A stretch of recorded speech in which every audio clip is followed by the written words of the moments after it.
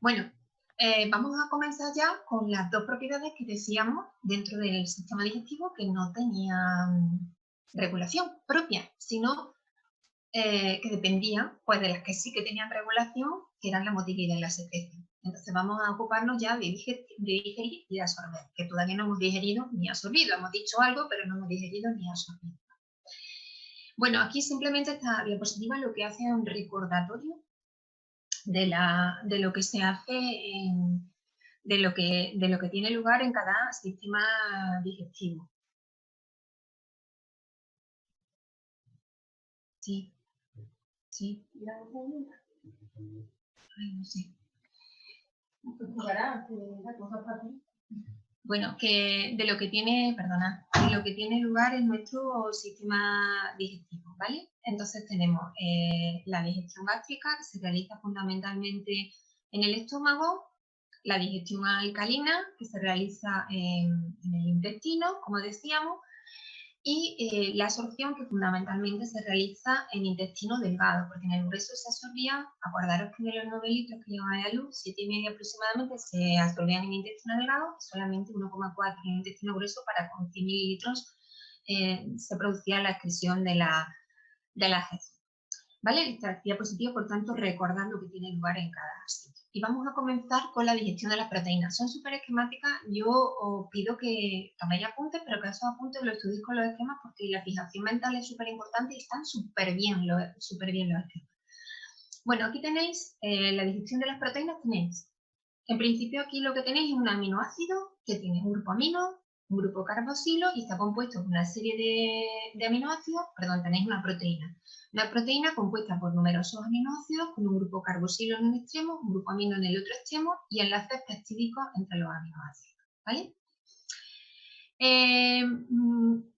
Nosotros tomamos proteínas en la dieta, tomamos proteínas más o menos grandes, podemos tomar aminoácidos libres y entre las proteínas hay la posibilidad de absorber aminoácidos simples, dipéptidos y tripéptidos, es decir, dos dipéptidos formados por 2 aminoácidos, tripéptidos formados por 3 aminoácidos o péptidos pequeñitos, ¿vale? Entre las proteínas. Podemos absorber aminoácidos simples, dipéptidos, tripéptidos y péptidos de menos de pocos aminoácidos. También se pueden absorber. Lo digo porque es importante después a la hora de ver una de las cosas que tenemos que ver, ¿vale? Esto es una proteína y esta proteína va a sufrir un proceso de digestión.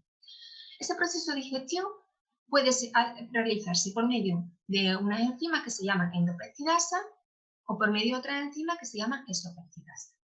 ¿La endopeptidasa qué hace? La endopeptidasa actúa sobre uno de los enlaces peptídicos, más o menos en la mitad de la proteína, y la divide en dos pequeños péptidos. ¿Veis? Esta proteína grande, por medio de la endopeptidasa que actúa sobre el enlace peptídico entre los aminoácidos, la divide en dos pequeños péptidos. ¿Veis? Dos pequeños péptidos con su grupo amino, su grupo carboxilo, su grupo amino, su grupo carboxilo y un grupo de aminoácidos. ¿Vale? Sobre estos pequeños péptidos, si no pueden ser digeridos, pues actuaría otra vez otra endopeptidasa, por ejemplo, para dividirlos cada vez en péptidos más pequeños o en aminoácidos simples. Luego tenemos otro tipo de enzimas que son las exopeptidasas. Se llaman exopeptidasas porque actúan sobre los extremos del péptido. La endo actúa sobre la parte interna del péptido, las exopeptidasas actúan sobre los extremos del péptido. Entonces, lo que hace la exopeptidasa es actuar sobre los extremos del péptido y esta vez la proteína la convierte en aminoácidos simples. ¿Veis? Así. Dentro de las exopeptidasas, las más importantes son las carboxipeptidasas. Dos isoenzimas de carboxipeptidasa que se liberan por el páncreas y por el intestino son las más importantes. Y estas carboxipeptidasas actúan sobre los grupos carboxilo, ¿veis? Sobre el aminoácido que hay unido al grupo carboxilo, de forma que forman un aminoácido simple. Y luego están las aminopeptidasas, que son muchísimo menos importantes o menos abundantes, ¿vale? Que actúan sobre el grupo amino y también lo que se encarga es de dividir la proteína en otro aminoácido. Por tanto, cuando actúan las exopeptidasas sobre los grupos amino y sobre los grupos carboxilo, lo que nos queda finalmente es dos aminoácidos sueltos, pertenecientes a los extremos de la proteína, y un péptido grande en el centro, ¿vale? O sea, lo que actúa la digestión de las proteínas está producida por endopeptidasa, que actúan sobre el centro de la proteína, dividiéndola en péptidos más pequeños, o sobre esas peptidasas que logran producir aminoácidos pequeños junto a péptidos. ¿Vale? ¿De acuerdo, Luis? ¿Sí?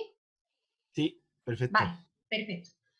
Bueno, vamos a ver cómo se absorben estos péptidos, estos aminoácidos, estos dipéptidos y tripéptidos. Al final nosotros absorbemos, ¿vale? Absorbemos di o tripéptidos, absorbemos aminoácidos solo o absorbemos pequeños péptidos, ¿vale? Con poquitos aminoácidos.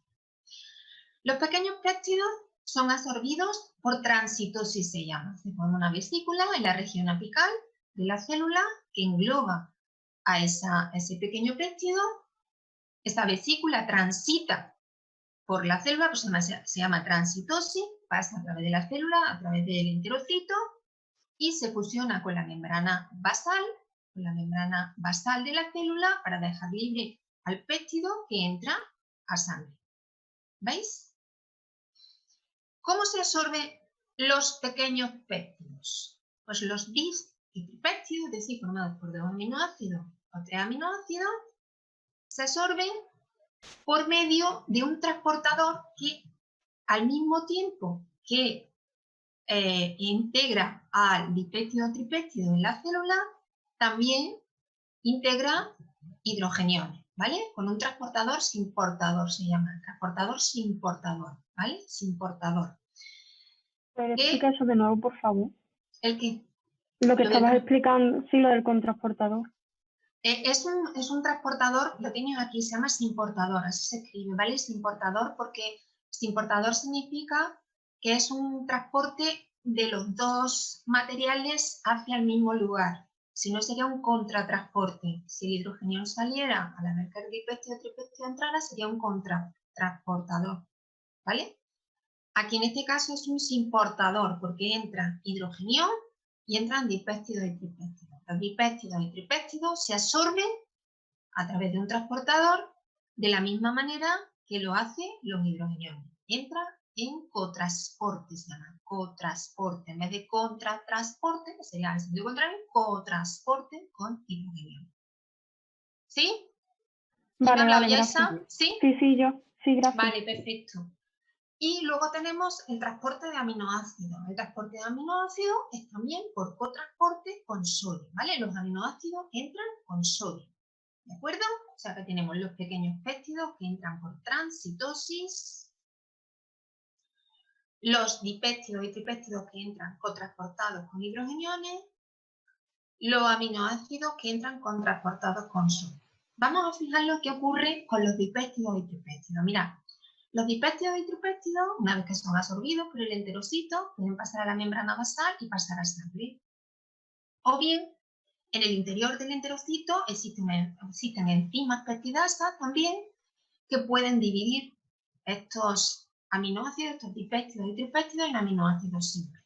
De forma que la salida de estas proteínas sea en forma de aminoácidos. Es decir, a ver si lo explico bien. Los dipéptidos y tripéptidos pueden ser absorbidos como dipéptidos y tripéptidos, o bien en el interior de la célula del enterocito sufrir otra digestión por medio de peptidasa y ser absorbidos como aminoácidos. ¿De acuerdo? Luis, ¿sí? ¿Puedes repetir lo último, Begoña? Sí. Está claro que las proteínas pueden ser absorbidas como pequeños péptidos, ¿vale? O bien como dipéptidos y tripéptidos, es decir, compuestos de 2 y 3 aminoácidos, o bien como aminoácidos simples, ¿vale? Si son péptidos pequeñitos, son absorbidos por transitosis. Si son dipéptidos o tripéptidos, son absorbidos con cotransporte con hidrogeniones. Si no, son absorbidos como aminoácidos con cotransporte con sodio. Los dipéptidos y tripéptidos pueden pasar a sangre como dipéptidos y tripéptidos, pero también pueden a veces sufrir un proceso de digestión en el interior del enterocito por medio de las peptidasas, en su enzima, ¿vale? Y convertirse en aminoácidos, de manera que al final sean absorbidos como aminoácidos. Es decir, que a sangre pueden pasar pequeños péptidos, pueden pasar dipéptidos y tripéptidos y aminoácidos, ¿vale? ¿Esos aminoácidos de dónde provienen? O bien de la absorción de aminoácidos o bien de la absorción de dipéptidos y tripéptidos una vez que dentro del enterocito se han transformado en aminoácidos. ¿Lo entendéis? ¿Luis? Sí, muchas gracias, Begoña. Sí, vale, perfecto. Bueno, ¿qué deciros de aquí? Que la absorción esta de pequeños péptidos sin sufrir ningún tipo de transformación se ha utilizado pues, para hacer sintéticos de medicamentos, ¿vale? De manera que a lo mejor algún medicamento que te daban de forma oral era digerido y ya no podía ser empleado porque era digerido, ¿vale? Mientras que a lo mejor algún medicamento sintético de ese antibiótico, algún antibiótico sintético, hacerlo de esta manera, utilizando la propiedad de la transitosis de los pequeños péptidos, permite que pueda ser absorbido y entonces que ese antibiótico puede ser tomado de forma oral, no puede ser a lo mejor inyectado, ¿vale? Entonces eso se ha utilizado en la industria farmacéutica. Y también deciros que el problema a lo mejor de estos pequeños péptidos que pueden ser absorbidos es el problema de las intolerancias y las alergias. Sabéis que las proteínas son estupendos antígenos. Entonces, cuando se absorben dipéptidos y tripéptidos, pueden actuar como antígenos para producir anticuerpos y producir problemas de intolerancia y las alergias. Ese era el problema del gluten, ¿vale? El gluten en los bebés, la leche con gluten. Ahora ya se conoce que la leche con gluten pues se ha retrasado en la toma de los bebés. Primero la leche maternal, cuando tengáis bebé lo sabréis, leche maternal, y luego te ponen leche sin gluten, y luego ya cuando el bebé es más grande o más desarrollado ya te ponen la leche con gluten, porque el gluten es un péptido que pasa por transitosis y por tanto provoca intolerancia. ¿Qué pasa? Que cuando el bebé es muy pequeño, esta absorción de péptidos pequeños se produce normalmente a nivel de cristas intestinales. ¿Recordáis que las cristas intestinales eran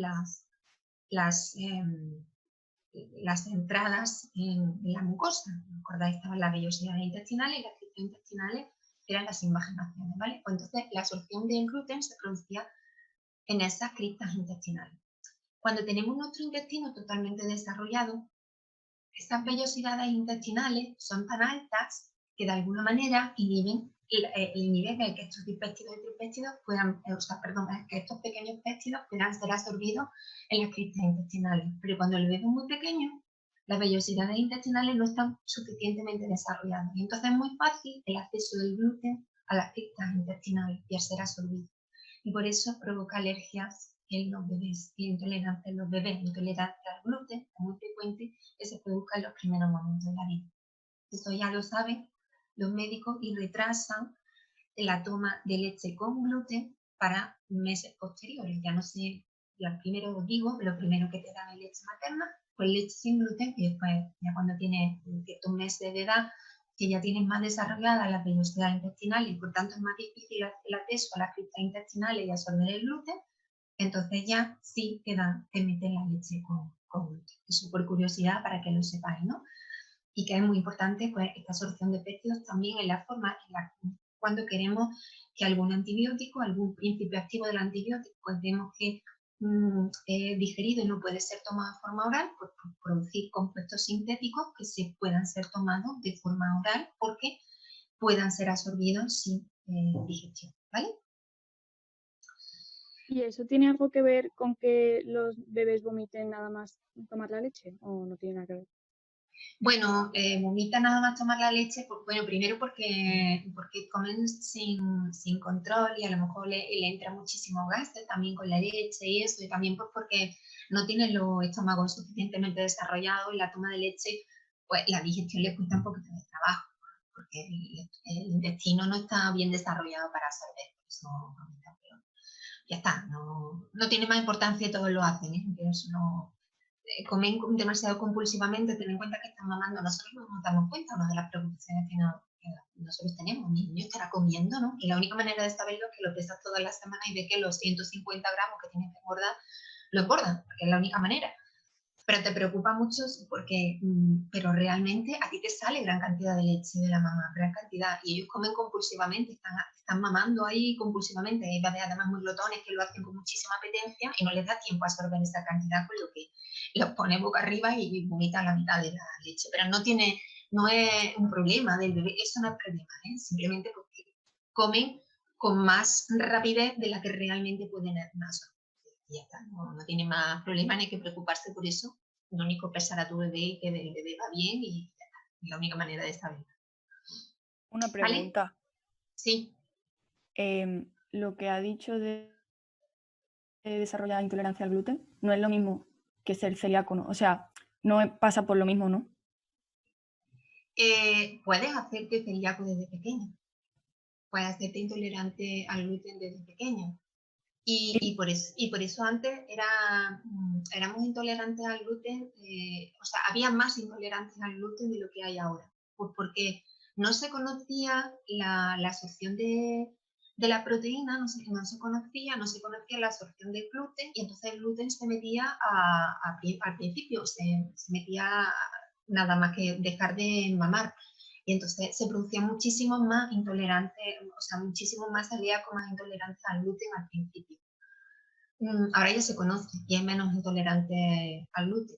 También, a ver, esto es como todo. Cuando descubrimos la intolerancia al gluten, todos somos intolerantes al gluten. Y ahora parece que se oye muchísimo esa palabra y era porque antes no conocíamos lo que eran los celíacos ni estaba tan de moda, entre comillas, ¿vale?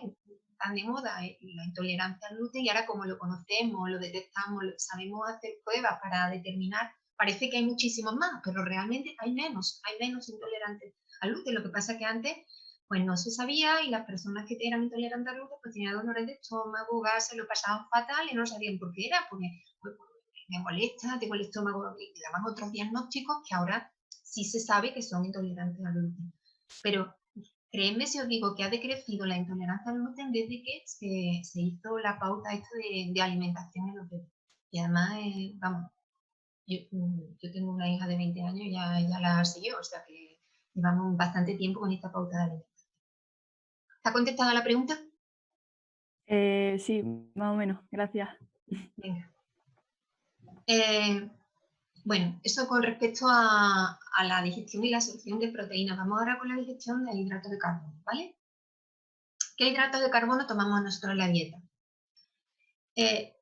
Para las proteínas hemos dicho que tomamos de todo, proteínas largas, pequeños péptidos, y tomamos incluso aminoácidos y dipéptidos y tripéptidos. Para hidratos de carbono, ¿qué tomamos fundamentalmente? Pues tomamos polímeros, bueno, tomamos hidratos de carbono grandes con muchísima glucosa, como son el almidón, este almidón, ¿vale? Y glucógeno. Tomamos también disacáridos, tomamos sacarosa, tomamos maltosa, tomamos lactosa, y también tomamos monosacáridos, tomamos glucosa, fructosa e incluso galactosa, ¿vale? O sea, nosotros podemos tomar en la dieta de todos los tipos de hidratos de carbono que existen. Además de este almidón y este glucógeno, como polímeros de glucosa, existe también la celulosa, como los hidratos de carbono, pero sabéis que la celulosa no es digerible, se elimina igual que se toma, y por eso constituye la fibra de la dieta.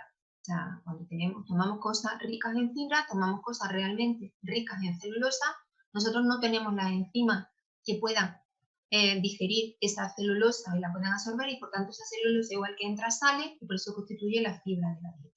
Tomamos mucha fibra, estamos eliminándola realmente, no estamos absorbiendo esa fibra porque no la podemos digerir. La celulosa, nosotros no podemos digerirla.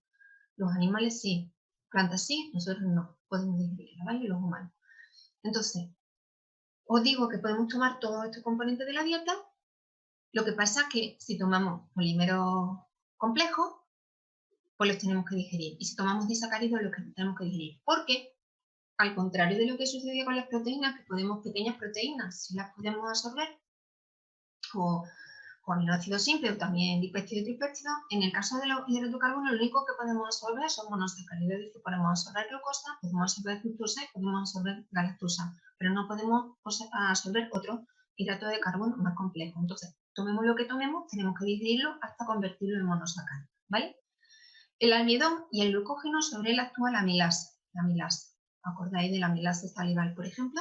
¿Vale? Que era producida por la saliva, la tialina, que decíamos, la amilasa salival, lo que actúa es sobre el polímero de glucosa y lo dividen en maltosa, ¿vale? En maltosa. Almidón y glucógeno lo dividimos en maltosa por medio de una enzima que se llama la amilasa.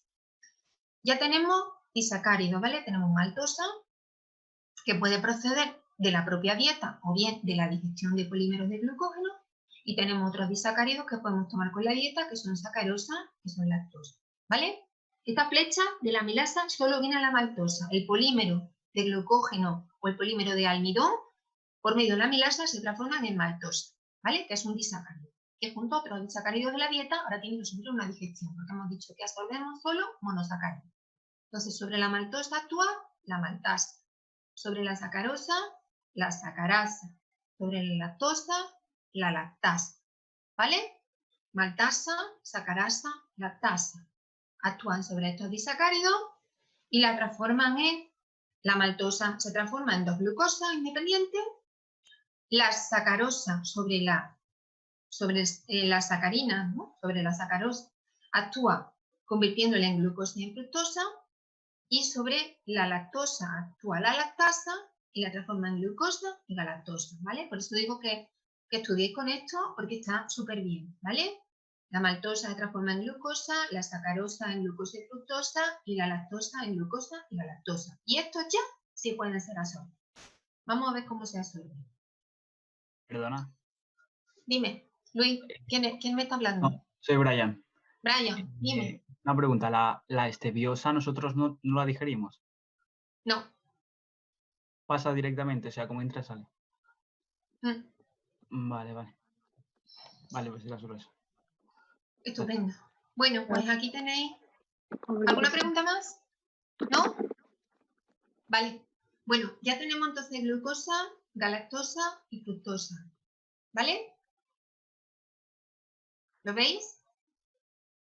Bueno, Sí. glucosa, galactosa y fructosa. Vale. Entonces, ¿qué hacemos con esta glucosa, con esta galactosa y con esta fructosa? La glucosa y galactosa es súper importante porque entran en contraporte con sodio. ¿Vale? Igual que ¿quién? Que los aminoácidos. Aminoácidos. ¿Vale? Es muy importante, porque fijaros que una de las preguntas que a mí me gusta hacer y que hace pensar.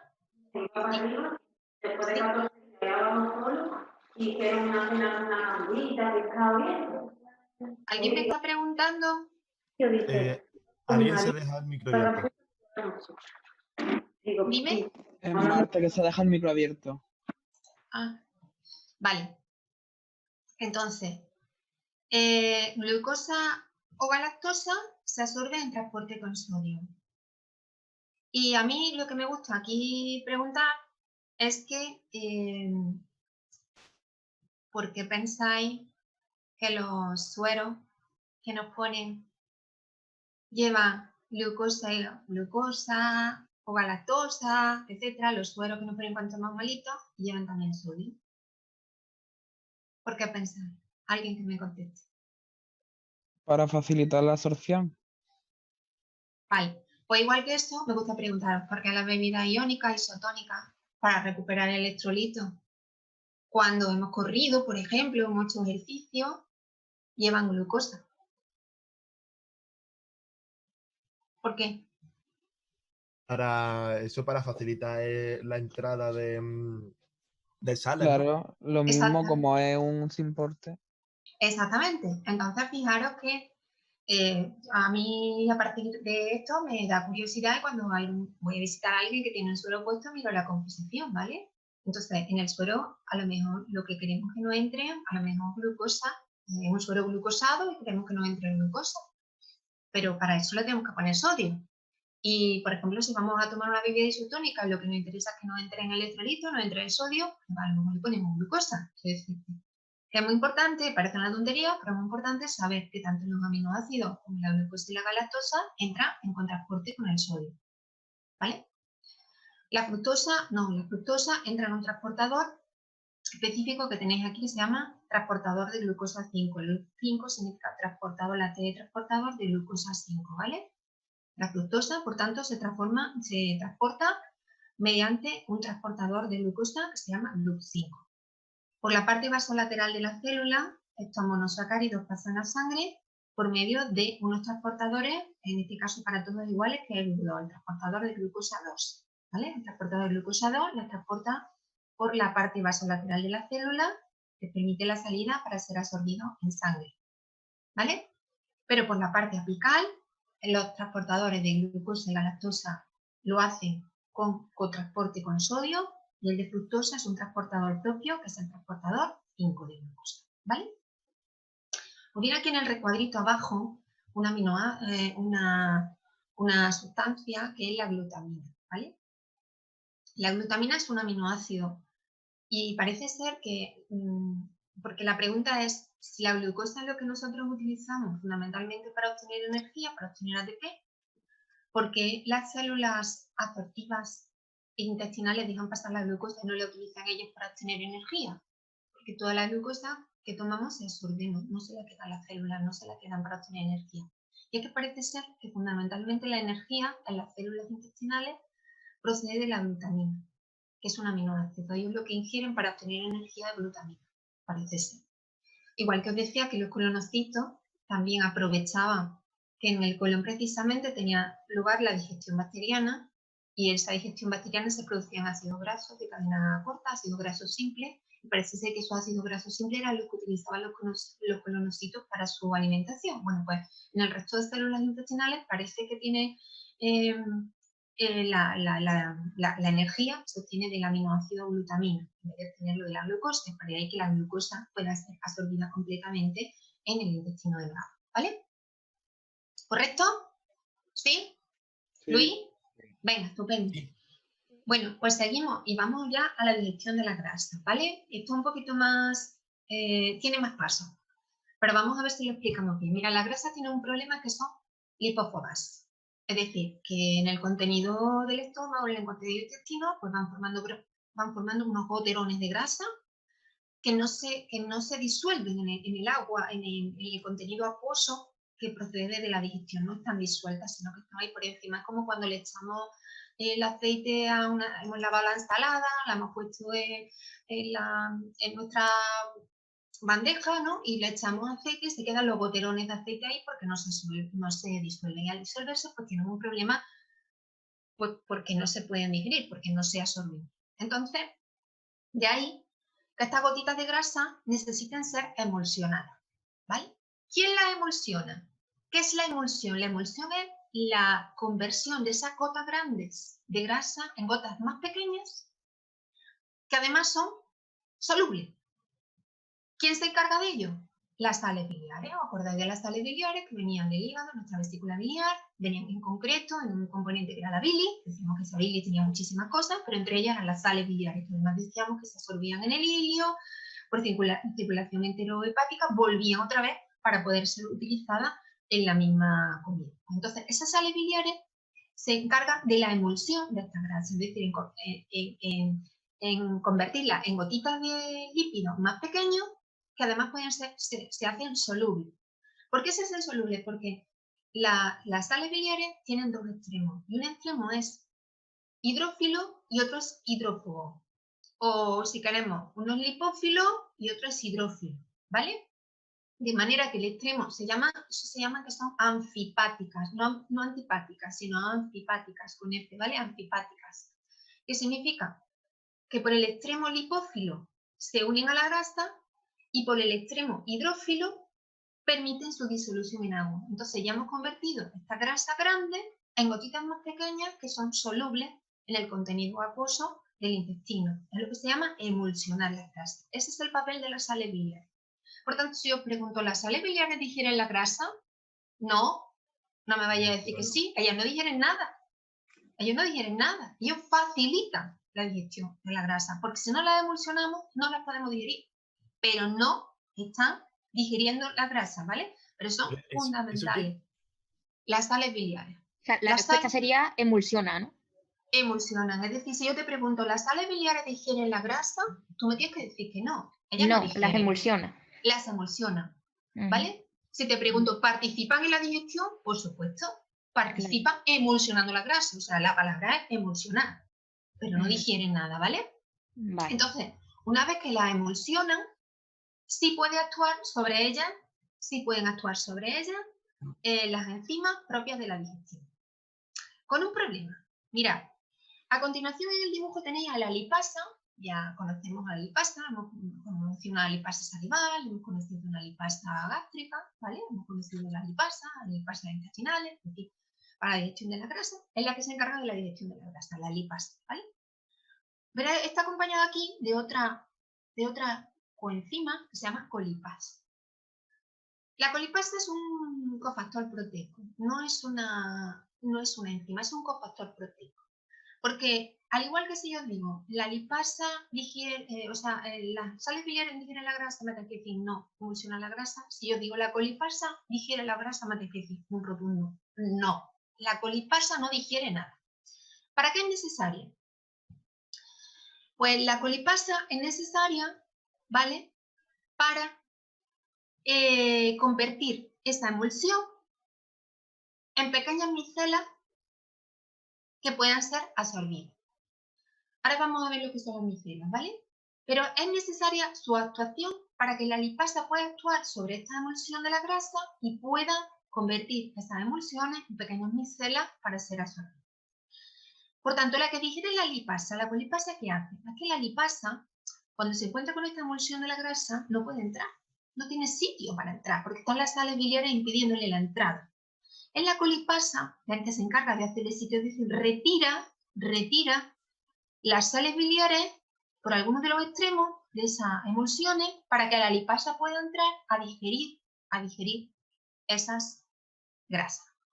Por tanto, la colipasa es un cofactor proteico que facilita el que la lipasa pueda penetrar sobre la emulsión de la grasa y digerirla. La que digiere es la lipasa. Por tanto, cuidado que si pregunto, y me gusta preguntar, me gusta enredaros. ¿Sales biliares digieren grasa? No, emulsionan grasa. ¿Colipasa digiere grasa? No, facilita el tránsito de la lipasa desde el exterior al interior de la emulsión, ¿vale? Pero no la digiere. La digestión es exclusivamente de la lipasa. La lipasa es la que digiere la grasa, ¿vale? Pero Begoña. ¿Qué? Sí que las transforma en micelas, ¿no? Si no las transforma en micelas no pueden actuar las lipasas. No, la lipasa, ¿vale? La lipasa es la que actúa convirtiendo esa emulsión de grasa en micela. Las micelas, ahora vemos lo que son las micelas, ¿vale? Pero las micelas lo que contienen ya son productos de la digestión, ¿vale? Son productos digeridos ya de las grasas. Ahora te digo lo que son las micelas, ¿vale? Vale, perfecto. Vale, vámonos un poquito al dibujo de la izquierda, porque no he dicho, he empezado un poquito por el final y no por el principio porque me interesaba esto, pero me interesa deciros que hemos estado viendo que tomamos normalmente con el alimento, que es lo que digerimos. Pues de hidratos de carbono tomamos todos, pero solo están digeridos los monosacáridos. O sea, solo son absorbidos, los monosacáridos. De proteínas tomamos de todo y pueden ser absorbidos solo los pequeños péptidos, los tripéptidos y los aminoácidos. Bueno, ¿qué tomamos de grasa? Pues de grasa tomamos fundamentalmente colesterol. El colesterol no necesita digestión, directamente entra a la célula. ¿Vale? Entra y ya está. No se digiere. Era uno de los componentes también de las sales biliares. Y decíamos, el colesterol se absorbe. Se absorbe y se acabó. No necesita digestión. También hay fosfolípidos. Sobre los fosfolípidos actúa la fosfolipasa, ¿vale? Una lipasa que se llama fosfolipasa que actúa sobre los fosfolípidos. Y sobre los triglicéridos, que es lo que fundamentalmente tomamos en la dieta, sobre los triglicéridos, actúa la lipasa y los convierte en monoglicéridos y en ácido graso libre. ¿Vale? Los triglicéridos, los tenéis aquí. Cada triglicérido sobre el que actúa la lipasa se convierte en un monoglicérido y en 2 ácidos grasos libres. Entonces, vamos a ver qué contienen las micelas, que una vez que ya han sido digeridas por la lipasa, vamos a pasar a esto. Mira, las micelas son unos productos discoides, ¿vale? Que están rodeados de sales biliares, con su extremo lipófilo y su extremo hidrófilo, ¿vale? ¿Y qué contiene? Pues contiene ya productos de la digestión de la grasa. Aquí ya ha actuado la lipasa. Entonces está el colesterol, están fosfolípidos digeridos y están monoglicéridos y ácidos grasos, producto de la digestión de los triglicéridos, ¿vale? O sea, la micela ya es un producto de la digestión de las grasas, producto de la digestión de la grasa, sobre ella actúa la lipasa. Y son unas estructuras discoides, ¿vale? Sobre las que están las sales biliares, protegiendo esos productos de la digestión, ¿vale? Y ya lo que hay dentro son productos que ya están en disposición de ser absorbidos. Es decir, ya los triglicéridos han sido digeridos y los fosfolípidos han sido digeridos por la fosfolipasa y ya son productos de la digestión de la grasa. ¿De acuerdo? El que me había preguntado, que no sé quién era. ¿Sí? ¿Luis? Yo me sigo, pero... Vamos, sí, es verdad que alguien te ha preguntado. Venga, ¿quién era? No Pero, sé. a ver, Venga, pero ¿quién la- eres? Manolo, Manolo, dime. pero las micelas, entonces las micelas es un producto después de la digestión de la grasa. Mira, donde Pero actúan Mira, escúchame. La emulsión está aquí. Hemos emulsionado, ¿vale? Y ya Sí. sobre ella actúan lipasa y colipasa. Es decir, la colipasa separa estas sales biliares para que pueda entrar a la lipasa. Y las convierte en micelas, ¿vale?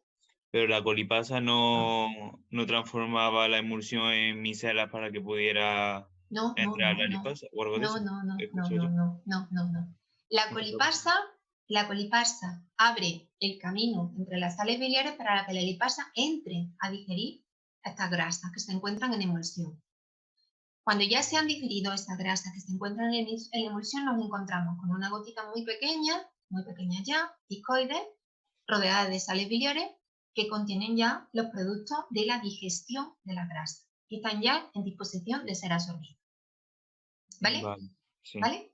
Entonces, ahora vamos a absorberlo, ¿vale? Vámonos aquí, que ya lo tenemos en grande. Estas micelas entran ya en el contenido acuoso que se genera aquí alrededor del enterocito, ¿vale? Y una vez que están aquí, se abren, ¿vale? Se abren. Y comienzan a salir los productos de la digestión de la grasa. Entonces, el colesterol, por ejemplo, entra por un transportador específico. El fosfolípido entra por difusión facilitada, porque sabéis que las membranas de las células están formadas por fosfolípidos, entra por difusión facilitada a través de esos fosfolípidos, entra también por difusión simple. Y también lo hacen monoglicéridos, ¿veis? Los monoglicéridos y los ácidos grasos. Entran todos por difusión simple, fosfolípidos, monoglicéridos, ácido graso, entran por difusión simple y el único que entra por transportador es el colesterol. Es decir, la micela cuando llega a esta parte de aquí, a la parte acuosa y aproxima a la célula en cepillo, al enterocito, a esa porción en cepillo que existe dentro del enterocito, a esos cilios, ¿vale? Se abre y salen los productos de la digestión de la grasa. El colesterol entra por su transportador y las demás entran por difusión simple. ¿De acuerdo? ¿Y ahora qué hacemos? Bueno, ahora vamos a complicar un poquito la cosa. Porque ahora resulta que los ácidos grasos y los monoglicéridos se empaquetan en el retículo endoplámico rugoso, son recogidas por el retículo endoplámico rugoso de la célula, que lo que hace es unir esas dos estructuras otra vez en triglicéridos. Es decir, lo hemos descompuesto en monoglicéridos y ácidos grasos para poder ser absorbido, ¿vale? Lo hemos digerido por la lipasa. Y una vez que entra, otra vez en el retículo endoplámico rugoso, se vuelven otra vez a convertir en triglicéridos. Los monoglicéridos y los ácidos grasos libres se unen otra vez en triglicéridos.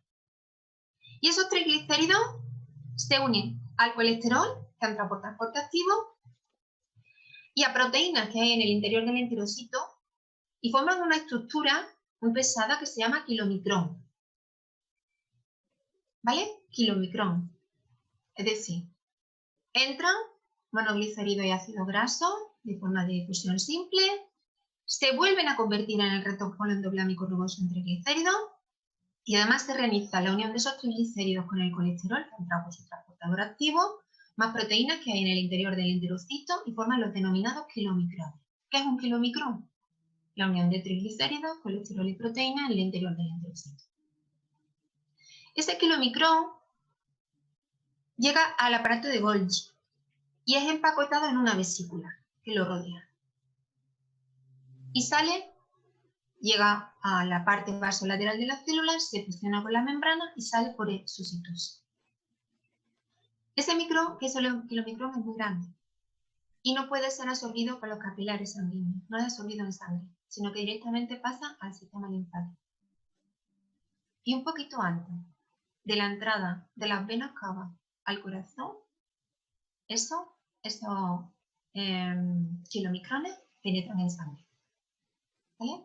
La grasa, importante la grasa, es que son complicadas porque, bueno, sabéis que una digestión grasa es muy complicada, es que lo notamos, que es muy pesada la digestión de la grasa.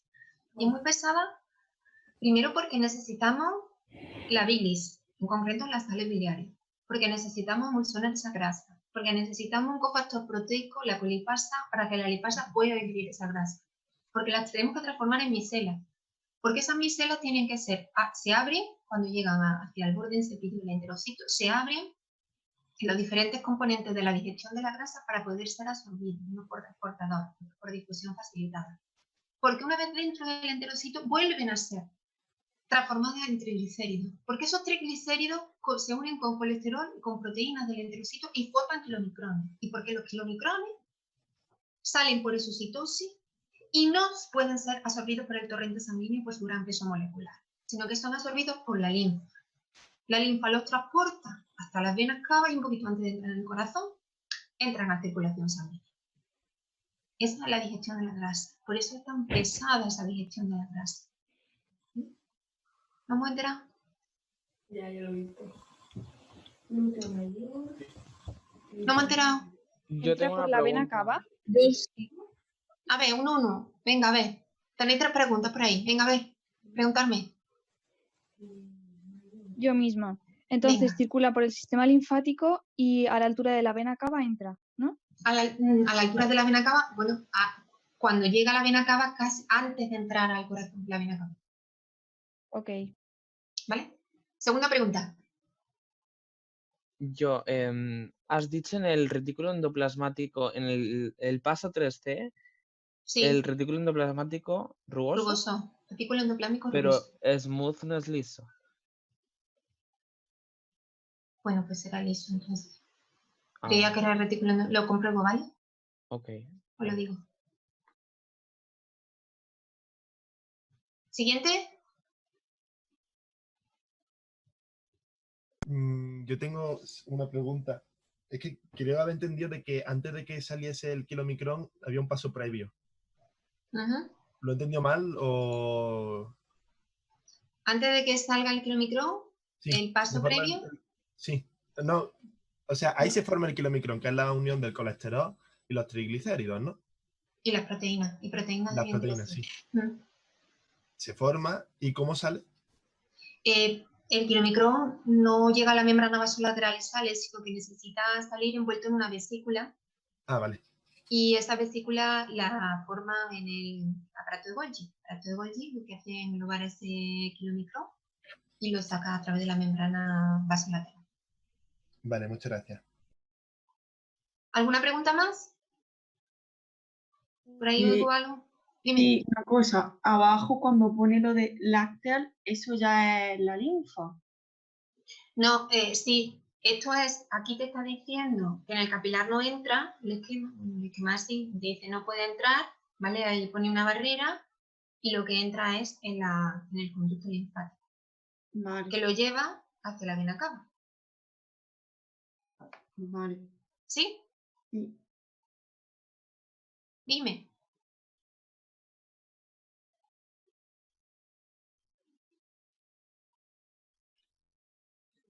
Sí, lo estoy, a la vez que eso estoy pensando y sí. El retículo endoplasmático rugoso tenía proteínas sobre todo para formación de ADN y ARN, tiene razón. Sí. ¿Alguna pregunta más? ¿Puedo seguir, Luis? ¿Luis o alguien? Es que... Sí. Vamos, ¿Vale? yo creo que si hay duda que la gente lo diga. Pues ya está, perfecto, yo sigo, ¿no? Entonces, Sí, tú sigue, Begoña. perfecto. Espera, si puedo. Ha quedado ahí. Bueno, esto yo lo he repetido 1000 veces, ¿vale? Pero aquí, bueno, volvéis a tener el esquema Yo he repetido todo esto 1000 veces, que al final había 9 litros de entrada total en el tubo digestivo y que absorbemos todo menos 100 mililitros que quedan en las heces, ¿vale? Aquí os viene además de dónde venían todos esos litros que hemos dicho de alimentos, 2 litros de alimento y bebida, el litro y medio de la saliva, los 2 litros de las secreciones gástricas que hacían los 5,5 que había en el contenido estomacal, y luego el medio litro de la bilis, el litro y medio de secreciones pancreáticas y el litro y medio de secreciones intestinales que hacían 3,5. 5,5 más 3,5 eran 9, ¿vale? Y de ellos se absorben 7,5 en el intestino delgado y un cuarto en el intestino grueso. Perdón, un cuarto, 1,4 litros, 1.400 mililitros en el intestino grueso y secretan al final 100 mililitros en la heces, ¿vale? Esto ya lo hemos repetido muchas veces. Vamos a ver la absorción de minerales, ¿vale? También son importantes la absorción de minerales, entre ellos sobre todo el hierro y el calcio, porque ambos minerales depende su absorción de la cantidad que haya en el interior de nuestro organismo. Es decir, cuando están en exceso, el hierro y el calcio no se absorben, solamente cuando hay defecto de ese hierro y calcio entran por difusión simple, ¿vale? Entonces sí que depende su absorción de la concentración de hierro y calcio de la que dispongamos en nuestro organismo.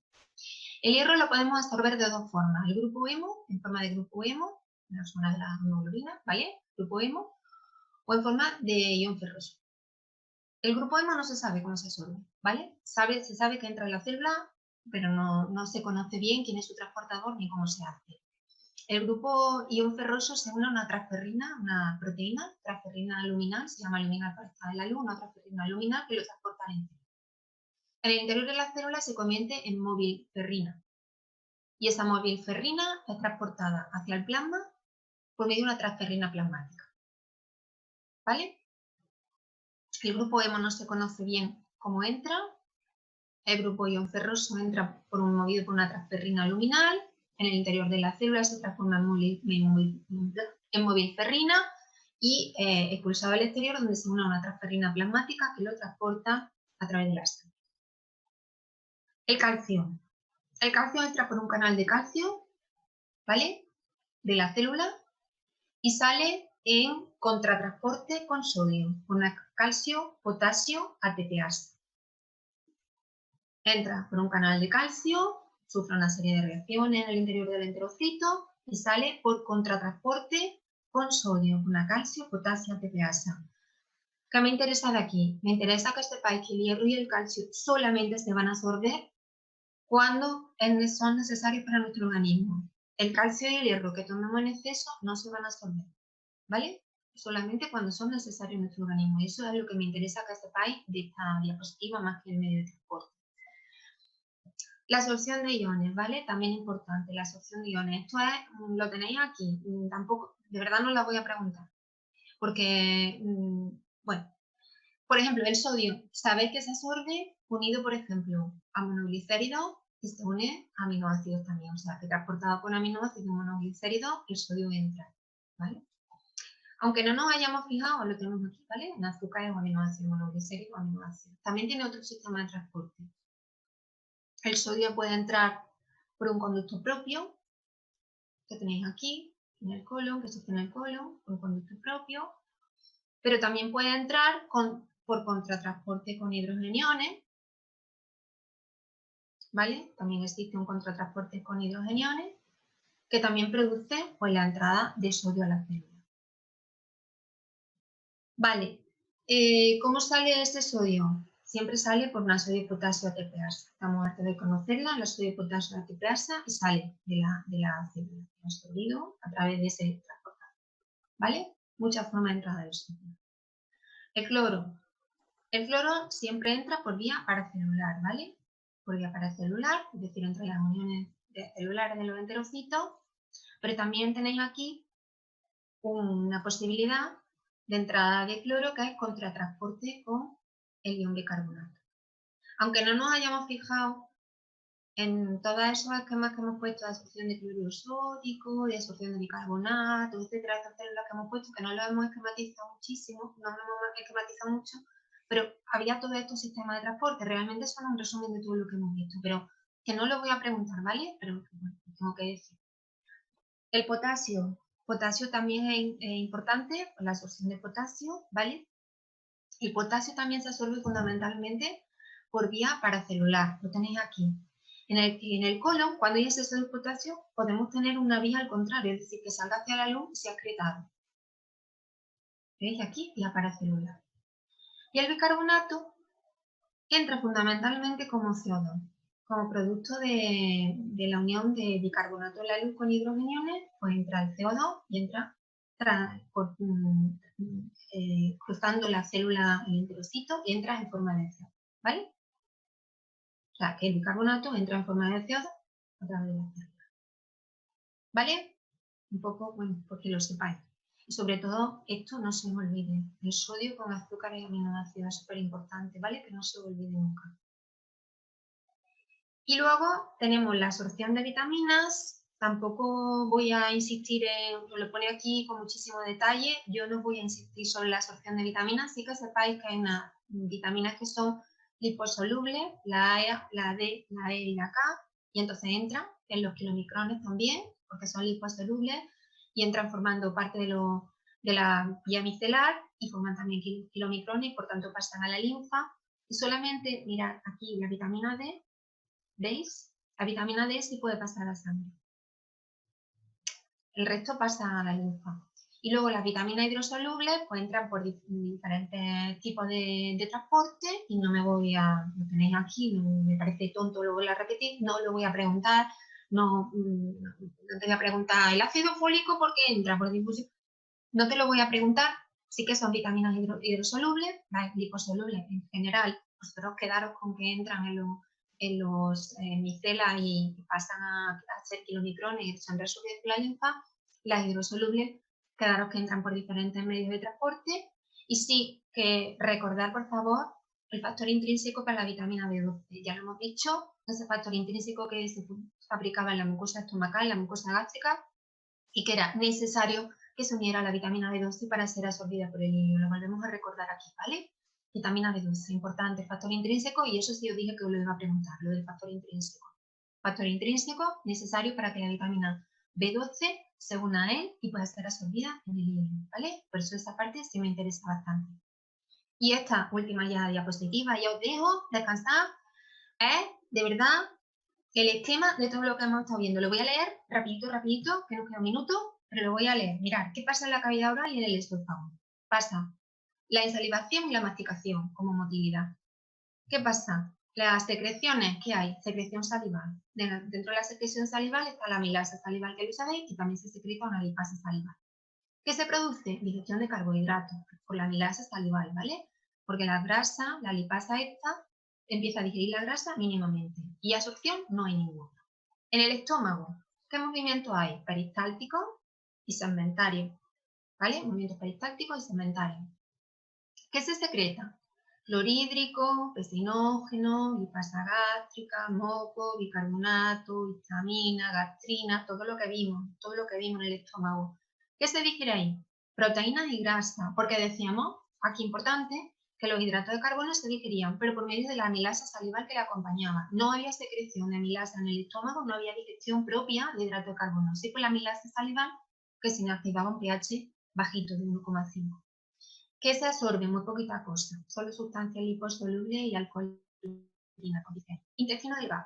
Movimiento de segmentación, movimiento de peristáltico, ¿qué se secreta?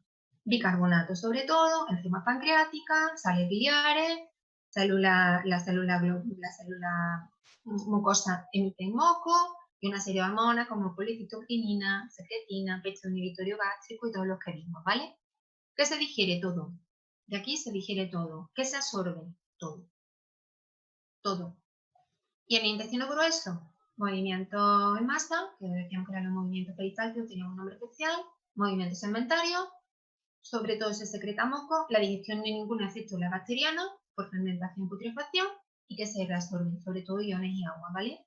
Y los pequeños productos orgánicos, que eran los ácidos grasos y ese lactato, que eran producidas por las bacterias en la digestión de productos de proteínas, restos de proteínas o restos de hidrato de carbono que nos pudieran dar, ¿vale? Resumen de todo el tema, está aquí.